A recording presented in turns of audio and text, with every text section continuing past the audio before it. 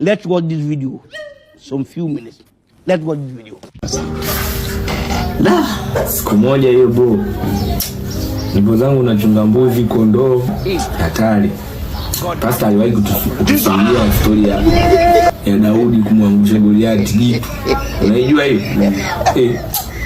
Sasa mimi nikajiona Daudi mtupu. Maana nikaangalia na mbuzi na ng'ombe na kondoo na chunga pale. Mpaka nguruwe nilikuwa nachunga. Sasa ghafla mvua.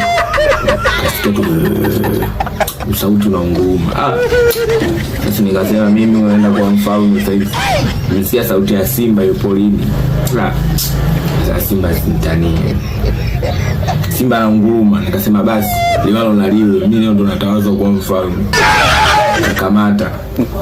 Kamata zangu mfimbo yangu, maana si unajua kule bush tunachungia mafimbo, tukifimbo afikisha ndio kwenye nani hapa beto.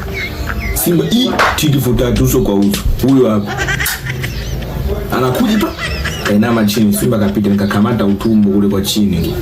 Kamata niliishia sasa hii nikaliona kabisa hili hili. Acha wewe usigombe, acha usituharibie mood. Wazungu wanakuambia I love we.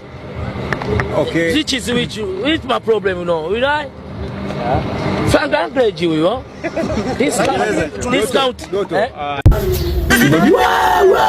Na nguruma. Alikuwa ubaya, alikuwa simba dume. Kamata vizuri na kule chini. Simba kwisha chini, anaachama tu mdomo. Ameachama tu, kaingiza mkono. Kamata ulimi ule. Simba dua.